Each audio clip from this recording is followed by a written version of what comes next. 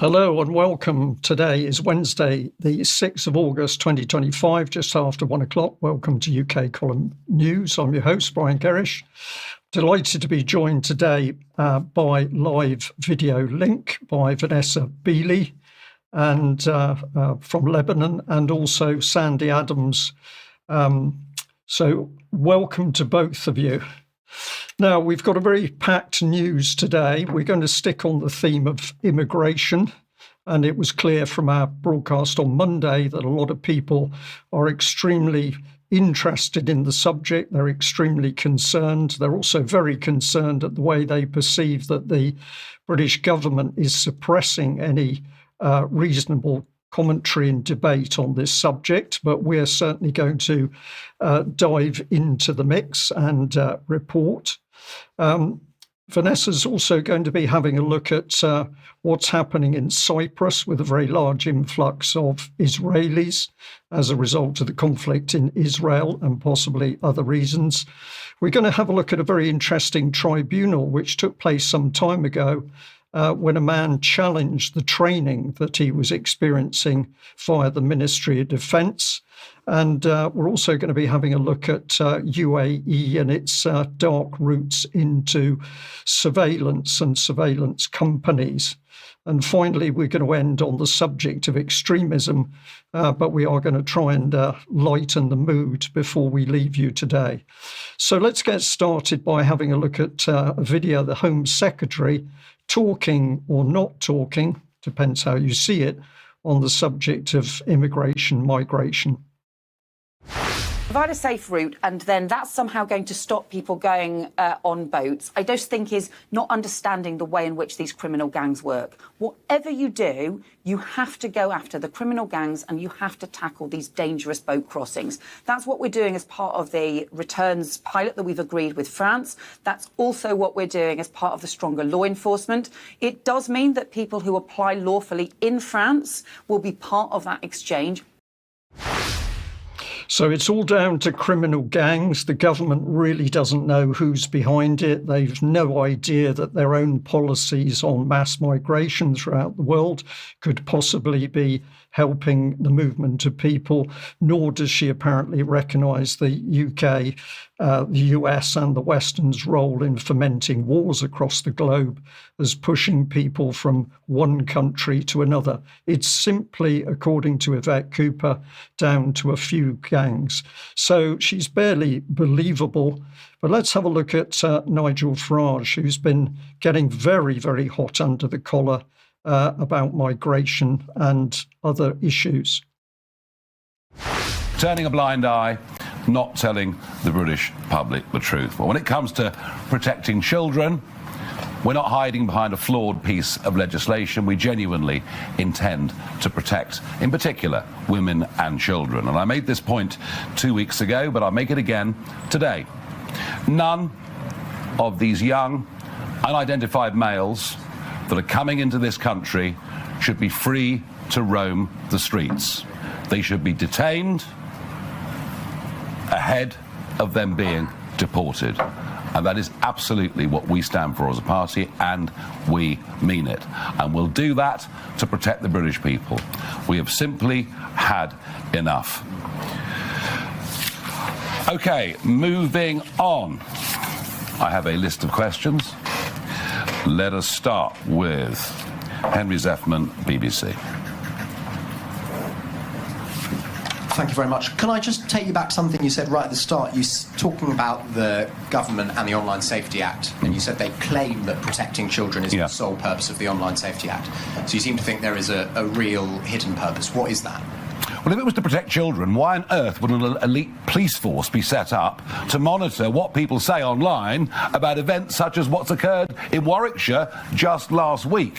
Why on earth are we seeing the extent to which online material has been censored, including, I was hearing this morning, even historical comments about Richard III?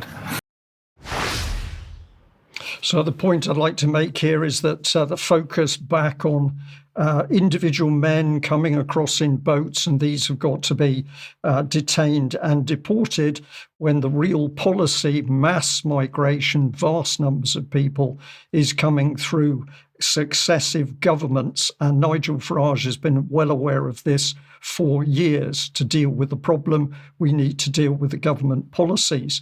And not only are we talking about vast numbers of people on the move, many of them due to war in their own country, but huge amounts of money being wasted. This was a report in the National. UK wasted 38 billion on migrant arrival programs, and that was the cost over 10 years. And the actual report that article is referring to is this one from Global Exchange, The Future of Welcoming in the UK. And note that it says that the UK policy on landscape on integration has often been characterised by inertia and what it says is a tangled web of responsibilities, in particular in relation to devolution, where local government has powers but few statutory responsibilities, and where funding flows are limited and uncertain. So in this crass report, it's trying to get the public to believe that the problem to do with migration is the fact that we haven't done enough European-backed devolution so that local regions can control the migration. No. The problem is the government's own migration policies in the first place, which is accepting huge numbers of people on one hand, which is unsustainable for the country. On the other hand, they are stirring up wars overseas to help promote the migration. Sandi, let's bring you in. And you've been hearing from some local people their concerns about migration and its effects in particular areas in UK. Yes, thanks, Brian. Yes, I mean, I've been contacted by quite a few people this week about what's going on in the UK, and particularly in Weston-super-Mare, which has been they've got a council of sanctuary there. But I want to kind of focus at the moment. I'll be coming back to that a bit later in the show. But what I want to focus on this morning is, first of all, is the I think people are worried about the speed and volume of the people coming in and the lack of public engagement, and that I will back up a bit later. But there is a problem within the migrant camps in France, with a lot of infighting between sectarian groups of people. And I'm just going to, there's a migrant who was shot dead amid an increase in the violence in the camps in northern France this week. So I just want to sort of just have a little bit of a clip to let you see what is going on. They seem to be armed, and we don't want this here. And that's what this clip is all about. Worth noting here is these migrants often stay in groups. The Afghans, the Iraqis, the Eritreans, and so on often stick together. It's certainly what we saw when we were there at the height of the crisis there in 2016. Sometimes there is tension between those groups. So this fight involved two groups, Eritreans and Afghans. Another brawl erupted later nearby. A couple hundred people got involved, more than 20 people sent to hospital. Police were called in, and now the Interior Minister has announced today that he is sending in police reinforcements to the Calais area. At one point yesterday, someone pulled out a gun and started firing. At least 5 migrants are reported to have been shot. 4 remain in critical condition today. The victims are all said to be between the ages of 16 and 18. And this morning, French media are reporting police are looking for one suspect, a 37-year-old Afghan man who they believe was the gunman. There's always a sort of ebb and flow of tensions in Calais, Michael. Right now, it seems it is again at a high point. Now, it's well documented that Western interventions, in the Middle East have exacerbated under the banner of regime change. And we know that a lot of Western hegemony has caused a lot of the extreme Islamic stuff. And we've just got to understand that there is a role that the United States and the British have played in this. But even so, we've got to realise that there is a dichotomy of humanitarian help for these people as well as our national security. So that has to be looked at. And the next slide is there's the Jean-Christophe Couvé who was there in the migrant camps, and he said they are armed. It's a real mafia with networks going all the way back to Iraq, and unfortunately this is the case. And we can't. Obviously, it is the West has a lot to blame for this. I mean, when you look at how did these extreme groups appear, and a lot of it is to do with Western hegemony and going into these countries and causing dissent. So I think we can't be blameless in all that, but equally the people of Britain are genuinely worried about all of this, and I think they have reason to be so. And you look at Yvette Cooper, the police. She's now saying the police should reveal suspects' nationality, and of course we've got the worry now of digital ID being brought in as a reason. It's problem, reaction, solution yet again. So where is this all going? Well, we've got to have this thing where we do welcome people, but this is a huge volume and it's happening very quickly. And we know that the government are pushing this agenda through the office of the International Office of Migration. And so, we've got the worry also is that there's different factions here at play. You've got the Sunnis, the Shias, and the Afghan soldiers that came over here that were we had this whole data breach that happened in 2022, and they've had threats, in their own country, in the UK. They've been these Afghan soldiers were brought over here, and the data breach has really left them very vulnerable amongst extreme Sunni factions that we have here already. So I think they are a little bit, worried. And I think I've got a slide about the spreadsheet of the super injunction that with the relocation scheme of Afghan data, which has put them in a difficult position here. So where does this leave us? And I know people are really worried. And that Afghan migrant cover-up has cost the British taxpayers a massive amount of money, because obviously compensation has had to be given. And, all of this, we have to look at the cost, as you were saying, Brian, the cost of all of this. And there's another slide here. The UK spends a record 5.38 billion on asylum system, with bills up over 30%. So all of this, when we are in a cost of living crisis, is going to cause problems. It's got to be said, and people are genuinely worried. And I think they have every reason to be worried. Sandi, totally agree with that. I think the other point that we have to keep gently working through is that you could say what is happening. Many people do say that what is happening is sheer incompetence by the government. But if you really dig into the policies and you see the amount of money and effort that is going into not only stoking up the wars overseas, but also then assisting these migrant flows through Europe and into the UK in particular, this is not accidental. This is deliberate policy in order to bring a very large number of people into the UK.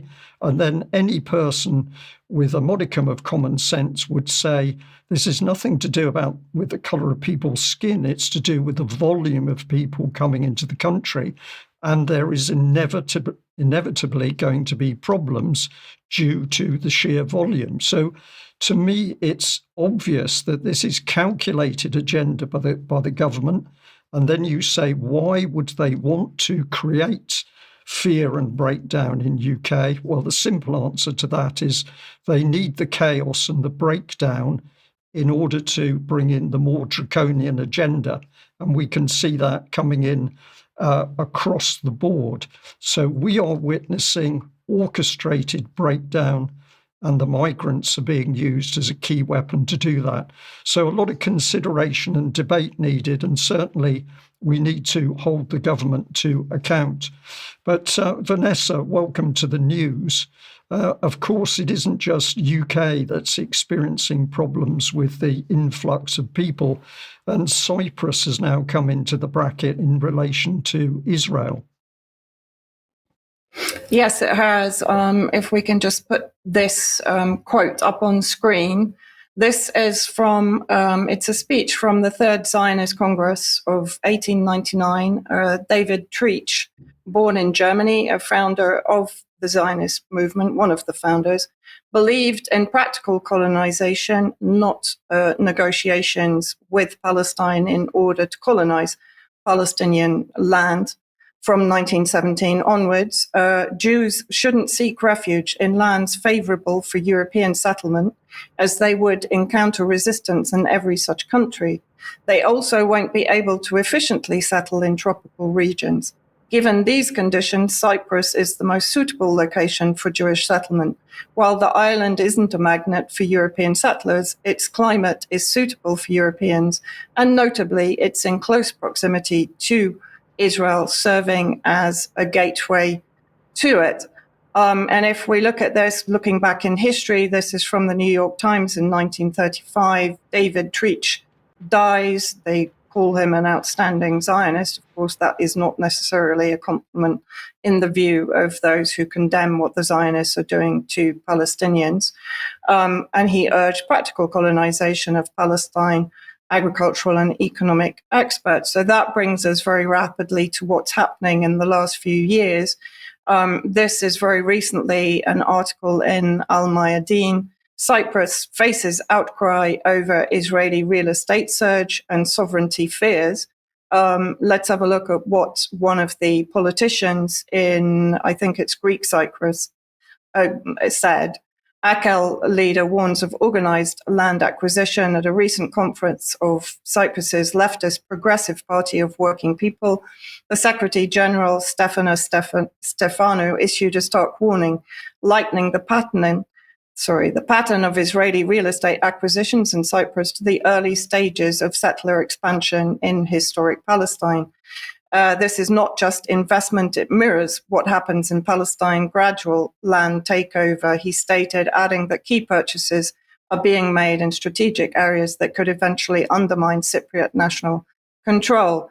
And this, as I said, is not necessarily recent, although it seems to be ramping up. This is the president of Greek Cyprus, neighbors, friends, strategic partners. This was a tweet he put out very recently, a forward-looking discussion with my good friend, President Isaac Herzog, on addressing challenges and creating opportunities for our neighborhood. Cyprus is a reliable, stable, trustworthy partner committed to regional cooperation with the Israel, the Zionist flag on the post. And this was back from 2024 in Daily Sabah. Zionism's grip on northern Cyprus grows stronger each day. And what did they actually say within the article? A couple of very important points. First of all, they agreed with the idea that specific areas are being effectively occupied by Zionist individuals and corporations that have been increasingly investing in northern Cyprus, with a particular focus on the Iskele region in close proximity to Israel. Jewish investors are even establishing their own housing projects and neighborhoods. And then basically the more disturbing article that's come out very recently in Hebrew media, this is in Israel Hayom. Northern Cyprus is also an Israeli problem. And if we look at the text within the article, I highly recommend people reading it because, of course, what are they doing? They are raising the concerns. Cyprus recently marked the 51st anniversary of Turkey's 1974 invasion, which, of course, was engineered by Kissinger at the time. The history on that is very interesting. In practical terms, they say Northern Cyprus functions as an international no man's land, enabling Turkey and terrorist groups like Hamas and Iran's Quds forces unrestricted operational freedom. So obviously now they're framing the entire subject as a potential for an Israeli need to conduct, as usual, preemptive self-defense for Israeli national security. And they go on to say within the article, they talk about the potential for an operation to liberate northern Cyprus. So if we could just have up the next slide. It's there. Thank you. Threat reaches critical threshold. Israel, in coordination with Greece and Cyprus, must prepare a contingency operation to liberate the island's north, eliminate air defense systems in northern Cyprus, destroy intelligence and command centers, and finally remove Turkish forces, restoring internationally recognized Cypriot sovereignty. And they go on to describe how the operation would be and what they would call it. The contingency plan could be termed Poseidon's wrath, after the Greek god of the sea, highlighting maritime dominance, which of course means trade dominance effectively. Turkey, and this is interesting because now they're effectively bringing in the framing of Turkish weapons of mass destruction. Of course, previously we saw them preemptively strike the Osirak nuclear reactor in 1981 in Iraq, and in 2007 they preemptively struck an alleged nuclear reactor project backed by North Korea in Syria. Now, and of course, Iran is the 30-year gag on nuclear production. Turkey currently constructing the problematic Akayu nuclear plant on its Mediterranean coast. This should be internalized. So here in this article, effectively what they're doing is framing the potential for military intervention in Cyprus. Of course, Cyprus is very much occupied by British military and air force that has been used to sustain and assist the genocide in Gaza, allegedly surveilling Gaza for hostages, but of course providing equipment to the Zionist forces and surveilling Palestinian civilians inside Gaza that, of course, were then targeted by the IOF. So very disturbing times at the moment. The fact that they are declaring that Turkey has weapons of mass destruction. We know that Cyprus for a long time has been the money laundering center for the region, for the Israelis, even for the Turks themselves, but also more recently, as I'll talk about in my next section, for the Al-Qaeda elements now ruling and destroying Syria on behalf of the British, the UK, the US, and Israel. But it's also about, in my opinion, the wider war of preventing Turkish hegemony in a region where Israel sees itself as being supremacist. It's already prevented neo-Ottoman expansion into Syria by Turkey. Now it is targeting effectively Turkish-held territory in Cyprus, threatening to push Turkey out of a very strategic position in the Mediterranean, which of course is jam-packed full of hydrocarbons and oil resources, and also challenging Turkey in the north of Lebanon. So we're seeing at the moment, in my opinion, a war between Greater Israel and Greater Turkey, if you like, which will take in Cyprus at some point, in my opinion. Vanessa, thank you very much for that comprehensive report. It is quite extraordinary, isn't it, that you would have thought reasonable people would be at least trying to deal with the chaos and the war in Gaza before unleashing another front. But here we are in Cyprus talking about effectively dealing with the north of the island. Now, Israel can only be making these policies and this type of rhetoric.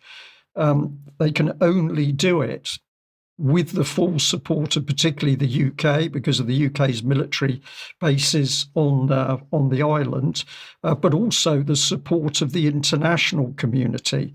So what do you think we're seeing here? This is Israel But I would suggest Israel can only do this because it has the full backing of what we will call the rules-based international order.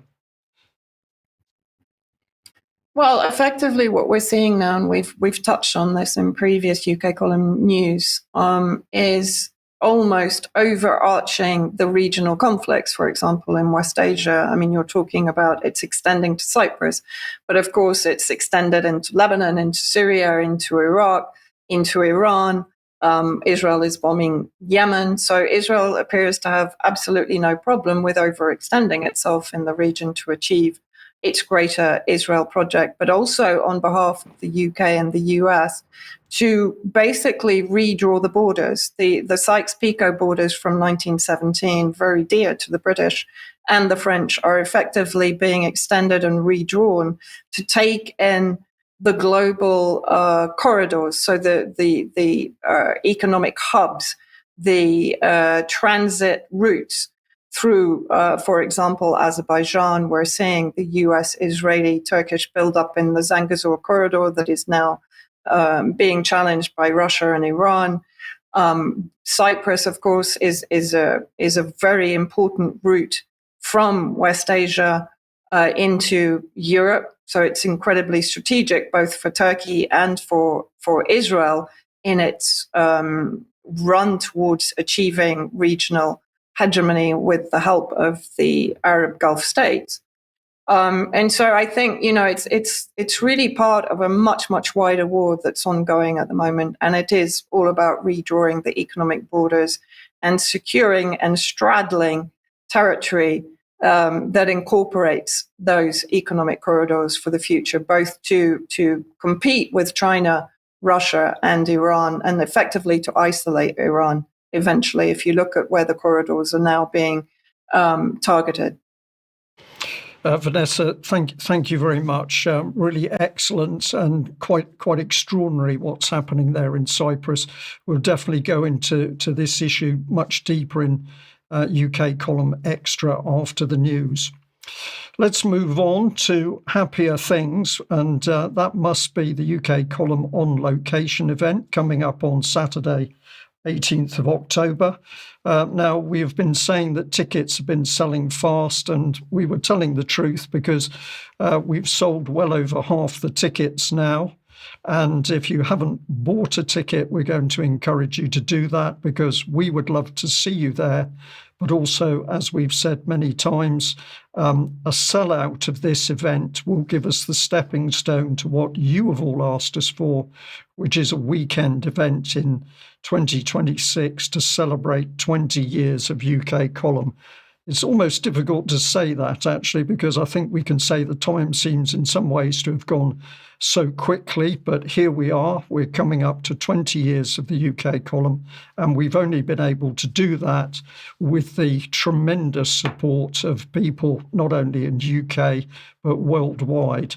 If you're not a supporter of UK column, then get onto the UK column website and have a look for the click here, and that'll bring up the menu for you to make a donation or to join us as a monthly subscriber, paid subscriber. And that not only keeps us going, but helps us to expand. So very, very important. And of course, you can also make purchases from the shop as a way of supporting us. Now, on the subject of tickets for the event, speaking of the shop, a little video here to say that if you click on shop, the tickets will come up on screen. You can select your option. There's a ticket only, or there's a ticket plus evening meal, and you can make your purchase through the UK column website. And also we are offering online stream tickets as well. So if you can't come to see us in person, then have a think about watching online from the comfort of home. But first of all, huge support to everybody that's bought tickets. We are, well, I'm lost for words, and it's true because we haven't yet announced all of our speakers, and yet we still have this tremendous confidence from our audience that it's going to be a major and very enjoyable event. So thank you for that confidence. Now, tonight, another one of Germ's episodes. This is with Jamar Rufolf. We'll be talking about the chemistry of Zyklon B. This is historical and deep analysis. So that is out tonight at 7 o'clock.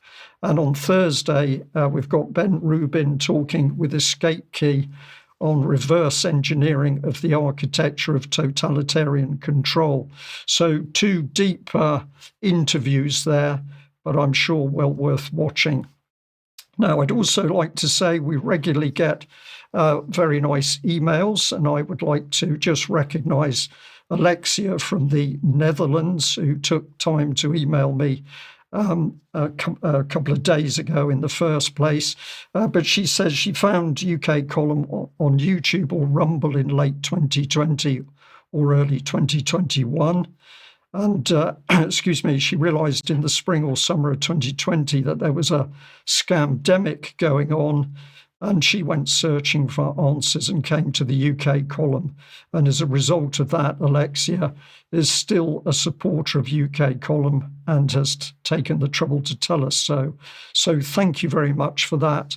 And again, I'm going to say a huge thank you to people wherever you are in the world. And we know there's now a huge number of countries watching UK Column. Now, just a little reminder that a week or so ago, I put out this interview with Lynn Lopez Salcedo from Zionist to Anti-Zionist, Memories, Dreams and Visions of Peace. We've had a very good response to this interview, and I'm looking forward to doing more with Lynn and also with other friends and colleagues and other people from the Jewish community that have contacted the UK Column in order to give their views and concerns as to what's happening in Israel and Gaza. And just to reinforce that, this is going back to 2016, but this is a collection of people's thoughts confronting Zionism, a collection of personal stories, excuse me. And this document was put out by Jewish Voice for Peace. And we'll make sure there's a link for that in the show notes so that you can have a look at that downloadable copy. Now, we'd also remind people that weekend of the 22nd, 25th of August is the Hope Sussex event. This is camping, music, talks, and people coming together to talk about serious matters in UK, but also to be together for fun and enjoyment. If you use the UKC20 code, you'll get a 20% discount on the ticket. And to press home the point, UK Column will be there to put a stake in the ground for free speech. And remember that this wonderful event has already been smeared by mainstream journalists. Clearly, they don't like good people coming together. Now, let's move on to the subject, excuse me, of the government playing with our minds. And I'm very grateful to a UK Column viewer for sending me this article. Now, unfortunately, I haven't got a date on it. I think it was a few weeks ago, possibly a month ago, but it's from Scottish Herald. Daniel Powell Tribunal, Glasgow civil servant loses case. Interesting that the headline doesn't give any clue as to what's going on here. But if we delve into reports around this, all becomes clear very quickly. So Mr. Powell, a civilian based with the MOD in Glasgow, was forced to read a paper which suggested that white people are psychotic, cannot be reasoned with and must be destroyed. And as a result, he sued the government for race discrimination and harassment, claiming the way that diversity and inclusion is being implemented within the MOD breaches the Civil Service Code, as he considers that what's happening represents a left-wing and Marxist political ideology. But his case was dismissed because while the tribunal found that the Psychosis of Whiteness paper had been part of the material given to managers within the MOD, Mr. Powell had apparently misread it. He was not bright enough to understand what it said. And effectively, the tribunal concluded that the MOD had never directly disseminated the document to staff, had never used it in training, and did not endorse its contents. But effectively, the gentleman claimed the MOD had been taken over by subversives. But the judge said that basically it was important for democracy that papers like the one in the case challenge people's views, and as such, its use by the MOD could not be found to be discriminatory against its staff. And I think the final comment by this lawyer, Andrew Gibson, says it all, representing the MOD. The lawyer said that the claimant simply had a skewed view and sees himself as a spokesperson for downtrodden white men. Now, I'm just going to remind our audience that some time ago, I've put here circa 2019, apologies, this is not a good image, but this was a grid that the MOD circulated, which was apparently to get people to look for indicators and warnings against people who were right-wing extremists within the military and the army in particular. And my point here is that this type of policy is not only alive and well, it's being accelerated by the government in order not only to capture our minds, but to control the way we think, we speak and think. And on the subject of manipulation of our minds, I'll add to this little section the fact that on the parliamentary website fairly recently, the description as to the role of an MP was changed. Now, luckily, one of our supporters put in a Freedom of Information request asking why the description was changed and where the orders for that change had originally come from.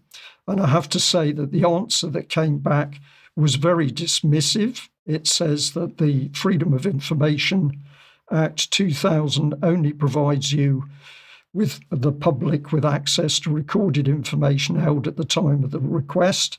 It does not extend to providing confirmations or explanations which are not already held in recorded form, nor are we required by the Act to create information to answer your question. It goes on to say that said, it may help the person asking the question to know that the web page they referred to is managed and updated by the House's Inquiry Service. So this is hugely important, that the actual description as to the official role of an MP was changed on the website. But when a member of the public asks what this was about, who did this, the answer is effectively a wall of silence. Sandi, I'll just bring you in here because this is really bringing home to us that we're now being governed not only by a cabal, but it's a cabal that's prepared to manipulate information and data in order to deny us knowledge and or to skew our views on particular subjects. Could be immigration or it could be politicians. What do you think? Yes, exactly. I mean, we've noticed it throughout the years, for decades now, NGOs, change agents coming into communities with that in mind, with this idea of actually changing and skewing people's minds to certain ideologies. And I think, this open infiltration, as you know, through Common Purpose, it's been happening for years and years. And what we see is a very pernicious, almost, it is an attack on the UK and Europe, actually, the whole of Europe. It's an attack on the West. It's to destroy the West. And we see this every single day, different policies that are destroying our infrastructure. I mean, you look at the climate stuff, it's destroying our farming. Farmers are not farming now because they're being prevented to by climate change policy. So we see this with the immigration as well. And I don't know whether we're going into what's happening locally now. No, we'll come. We just Sandi, generally. we'll come back to that. I just wanted to reinforce this point that the manipulation of our minds is an attack on the public, and we have to understand the government's attacking us. Vanessa, let's bring you back in, because if we're talking about an attack on our minds, part of that big attack comes through surveillance. And when we look into the bodies that are involved in surveillance, we can often come straight back to the Israeli Unit 8200, which I think forms part of your report here. Yeah, it does. But perhaps even more sinister than that, you're absolutely right, is to focus today on the UAE, the role of the UAE in furthering the Zionist agenda, both regionally and in Cyprus. And of course, the normalization between Israel and the UAE was very much engineered by Tony Blair back in 2015, as we've reported on here, when he introduced various members of the UAE leadership to various members of Netanyahu's cabinet. And that relationship then developed into UAE being one of the first to normalize with Israel. And so this is an article when I was looking into the Cyprus issue, and for people to know that I will be writing a very in-depth article on Cyprus for UK column, which will go into a lot more detail about what's going on. But this article, which talks about the outsized role of surveillance technology in the Israel-UAE Abraham Accords. And then if we look at what they actually talk about with reference to the Abraham Accords, far from a peace milestone, the Abraham Accords represent the public formalization of a long-standing covert partnership, as I said, very much begun by Tony Blair, between two governments with interests in population control and surveillance. We've been covering Unit 8200 for some time. The UAE purchased and deployed Israeli surveillance technology well before the adoption of the Abraham Accords. Leaked emails in 2018 revealed that the UAE signed a contract with NSO, which of course is Pegasus Spyware, and Israeli cyber war company, to license surveillance software as early as August 2013, including the infamous Pegasus spyware. And then this is where it gets, in my opinion, very sinister. So effectively what the UAE is doing is acting as an outreach settlement country for Israel, for Israeli expansion. One of the primary companies involved in this very shadowy surveillance tech is the Dark Matter Group, if we can just put the slide up, an Abu Dhabi-based cyber. Can we just go back one, please, Brian? Thank you.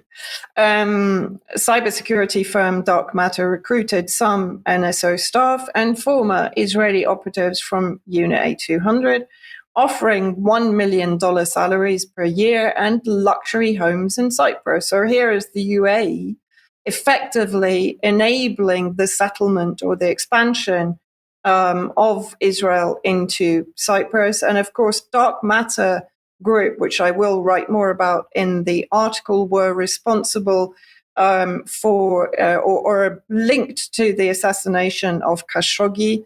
They were also linked to Project Raven, which in fact was established including or employing NSA employees to spy not only on internal dissidents, who were then arrested and subjected to torture, but also effectively on American individuals and on governments outside of the UAE. It was a massive scandal. And this is something that I think we're seeing now in the Gulf states, but particularly with UAE, that they are effectively taking on the mantle of authoritarian AI development with the collaboration of Israel and the Unit 8200 and all of the other military-linked spy agencies that are working and have been working to bring about the genocide of the Palestinians or an intensified genocide from October the 7th, developing smart cities, for example, in Hebron. And now the UAE will be used, along with other Gulf states, to effectively extend that AI dictatorship influence that originates from the Zionist tech industry in Israel. And as I mentioned in the previous report, also worryingly, the Cyprus connection to NATO's Syrian caliphate. Interesting that Jonathan Powell, Tony Blair's former security advisor and point man in the Middle East, is back in Damascus today speaking to Jolani's al-Qaeda administration members of, and we know that he has an office, a permanent office in the presidential palace.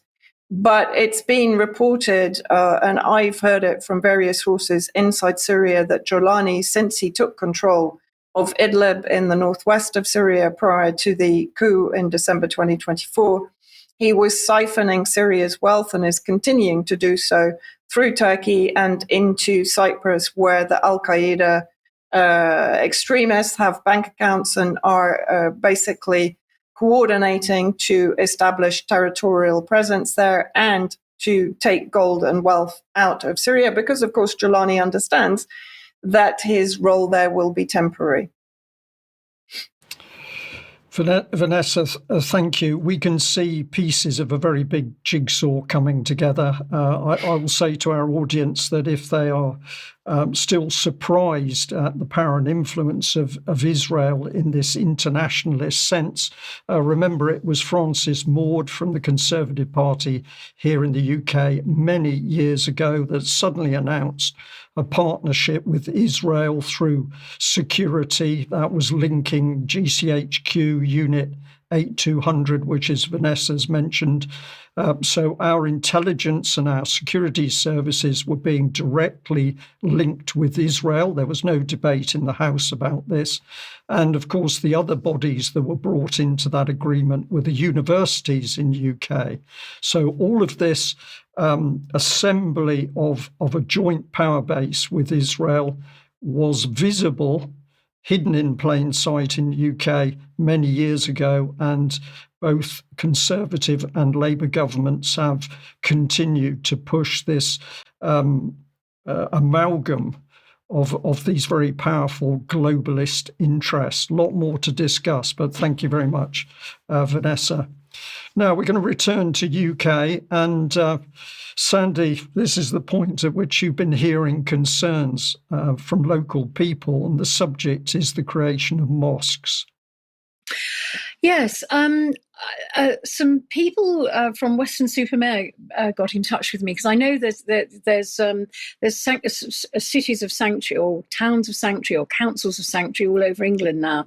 But Weston-super-Mare is a council of sanctuary, and they've received a planning permit. The people have realised there's a planning application going through for a very large building, a very large mosque, which is occupying three buildings in the centre of the town. And as you can see, and from the slide, it's quite a big. It's a very big mosque, and actually, it's the biggest mosque between Bristol and Bridgewater. And what's interesting is that they're talking about the expansion of the population of Weston-super-Mare. So this is all part, as we know, of the plan that the government have for replacement migration. And, the people of the UK have always been incredibly tolerant of migration, of people coming and being accepted within our communities. So I don't believe that people are inherently racist here. Obviously, there are some. We've got Tommy Robinson whipping things up and Farage, but on average, I've looked at this 7-page document which has been put through to oppose this mosque. I'm just got the migration and, of course, it's all the 2030 agenda, as we know. All of this is a plan, and it's rolling out. And it's having the desired effect, because actually what they want is civil unrest. So we've got to be so careful. We've got to be very measured. And what I was impressed with was these people from Weston-super-Mare who have very, very valid reasons for questioning this particular planning application. they've produced a 7-page document to back up the petition that they raised of over 1,000 people against the planning application. It's right in the centre. It was the Residents' Association that did this. And I have to say, looking at it, it was a really, really considered and not inflammatory document. But it was put in the terms of the planning application for the mosque. The key thing is that North Somerset Council has removed all the comments about this planning application because they consider them offensive. That is because people were voicing genuine concerns, but they won't let anybody see the comments. So where is this coming from? So who's deciding what can and cannot be said here, and what is offensive? We don't know. The debate, is in the conversation, which nobody is allowed to have. Now, I don't believe that everyone in Weston-super-Mare is far right. There's an implication of that from the council here. So it does speak volumes. And the thing is, there should be dialogue on all this, and there hasn't been. And that's the main problem. It's all about speed, volume, and dialogue. There's been a lack of dialogue. And this whole programme is happening. I mean, the immigrant programme has been happening at great speed and at great volume, and that is the problem. It's not people being NIMBY or racist or anything else. It's people being genuinely concerned about what is happening in the UK, and we have to emphasise this. So the Residents' Association got in touch with me because they knew that the UK column could voice their concerns in a measured way, and hopefully this is what we're doing. So there's been a lack of transparency. It's all been rushed through. The people are reacting to this way, the way it's been handled. It's not that they're far right. The Council of Sanctuary is a national and international network, but most people in Weston-super-Mare have never heard of it. Why is this? And why is the Council of Sanctuary or the Cities of Sanctuary so secretive? So we have to look at all of this. So let's look at the City of Sanctuary Charter. Now this was brought in 2022 to 2025, and it seems to be financed by lots of NGOs, the National Lottery, all sorts of, it's very, very shady where it's all come from. And it's just kind of tipped up in all these cities of sanctuary. There's always an office for the City of Sanctuary Charter. And that they bring people in and they talk about stuff, but it's all about, we've got to be more inclusive, we've got to do this, and it's a lot of DEI, but there's no real dialogue about what is really happening, and that's what people are concerned about. So let's have a look at this. The next slide. Yeah, a lot of it's been brought through the National Planning Policy Framework, and again, it was first published in March 2012, and it really is. If I could have the next slide up. With that, it's all about. I'm just trying to read this because it's a bit small, but it says, it's. North Somerset has always been and always will continue to be a place that celebrates and welcomes ethnic and cultural diversity. Well, of course it is. But at the moment, this mosque, they're worried about it because it's going to be huge. It's going to be 24/7 with about, I think it's 341 it's got the capacity of 341 men, and the men have, a different entrance to the women. The men are going to be occupying this mainly, that as it says on the planning application, that they removed all the comments, and people are worried. Also, it will encompass a morgue, a 24/7 morgue. But more than anything else, I think people are worried that this is a Sunni mosque, and that with the tensions that are already firing up with the the secular stuff that's going on in France, the troubles that they're having in the migrant camps, between different sectarian facts, we've just got to look at what is really going on here, because people are worried because they've already taken in the Afghan population from when Kabul was very speedily evacuated, and they brought the Afghan migrants here who were involved with obviously the Western side. So you've got tension there. And people are worried about that, very rightly worried about that. Now, there's also the idea that this is a bit like, I think the government are really pushing this through different NGOs. I know Weston-super-Mare have got involved in the Sanctuary Awards. Now, this is all money-making stuff. I mean, it's all some kind of, you get government funding, you get awards for bringing lots of people in. And it seems to be very highly organised. So you've got the Sanctuary Awards, and they mention within the Sanctuary Awards, they mentioned the theory. Could I have the next slide, please? This is their values. They've got inclusivity, openness, participation, inspire, integrity. All of this sounds very, very good, but to bring this into a very sleepy seaside town is going to cause tension between different factions there already within the UK of Islamic people, but also between the people that live there. So this is why, unfortunately, we are a tolerant race. We always have been, but this is kind of pushing people to be really concerned. Now we've got the theory of change within that document of the one that I mentioned earlier, and it's the theory of change. They're pushing this whole theory of change. And the theory of change is really the NGO that's pushing a lot of this. It's a theory, and I'd like to just flag up this video which explains what the theory of change is.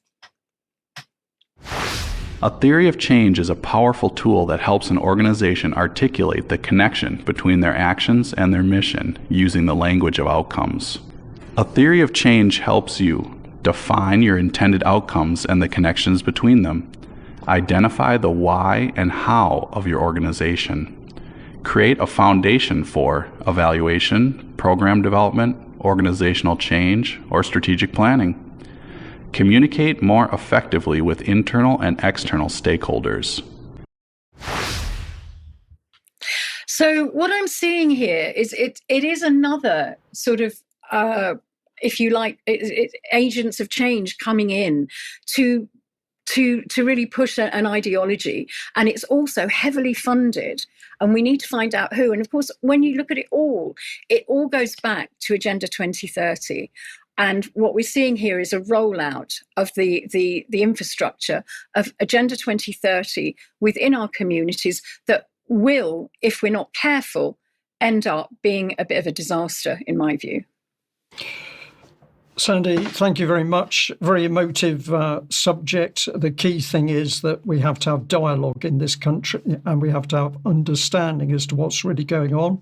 I'm going to end today's news by a very quick look at countering extremism, because, of course, we come back to this business that anybody who dares speak out about what's happening, not only here in UK, could be in Gaza or could be in Iraq or Iran, you are going to come under the network of extremism. So this is the government's Commissioner for Countering Extremism, Robin Simcox. And I just wanted to have a little look at what he said in part of the commentary on the website, the government website itself. He says, as the government's independent advisor on extremism, I've long observed a persistent debate around what motivates terrorism. Some point to the role of ideas. Others emphasize socioeconomics, personal trauma, or mental illness. This debate matters enormously for how we shape our counter-terrorism policies. And he goes on to say that to bring clarity to this question, I've commissioned Dr. Donald Holbrook to conduct forensic research examining the electronic content collected from 100 UK terrorists over several decades. His findings published today are unequivocal and significant. Now, this is just one paragraph from the report, but I've decided to bring this to the fore. It says the evidence is clear. And he goes on to say that what Dr. Holbrook discovered is striking. Terrorists do not merely dabble with extremist ideology. They immerse themselves in it. They actively seek it out. They consume, debate, and even produce ideological content that guides and justifies their actions. So according to the Commissioner, it's all very clear.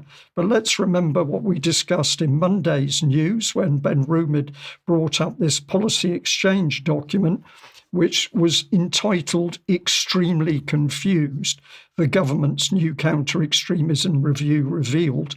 And this is because the document was basically saying that the government just had no idea what behaviour was what. It was confused. It was chaotic. It's a really interesting report to read. But whilst this tells us the chaos in government, the Commissioner himself is appointing a man linked to this organisation, the International Centre for Counter-Terrorism. And this is a think tank based in The Hague, Netherlands, providing research, policy advice, training and other solutions to support better counter-terrorism policies. Well, here's, if we just pop that back on screen, here's Donald Holbrook himself. And if you look at this organisation, you quickly find that it's fully in bed with the European Union's own hub for the prevention of radicalisation. So we are not dealing with a UK-generated policy. We are still locked into an EU-based policy. And as UK Column has said for many years, this is the reality of Brexit without the exit. Now, to end on a lighter note, but still with some teaching content, let's have a look at Yes Minister talking about defence. I think we've shown this before, but I think it's an important one to review. Bernard, what is the purpose of our defence policy? To defend Britain. Is to make people believe Britain is defended. The Russian. Not the Russians, the British. Russians know it's not. It's for all our simple, ignorant people. The aim of the defence policy is to make them feel secure. Bernard, we have a magic wand. It is called Trident. Nobody understands anything about it, except that it will cost £15 billion, which means it must be wonderful. All we have to do is write a cheque and then we can all relax. But if people in government start talking about it, in the end they'll start thinking about it. They will come to realise the problem, the flaws in the reasoning. There is one thing, though. This TV broadcast he's doing, suppose he uses it to announce his new policy. We can't. First it have to go through Cabinet and the House. Well, he can do that. But if the Prime Minister's made up his mind... Then he must unmake it. But he's the Prime Minister. He has his own car, nice house in London, place in the country, endless publicity, and a pension for life. What more does he want? I think he wants to govern Britain. Well, stop him, Bernard.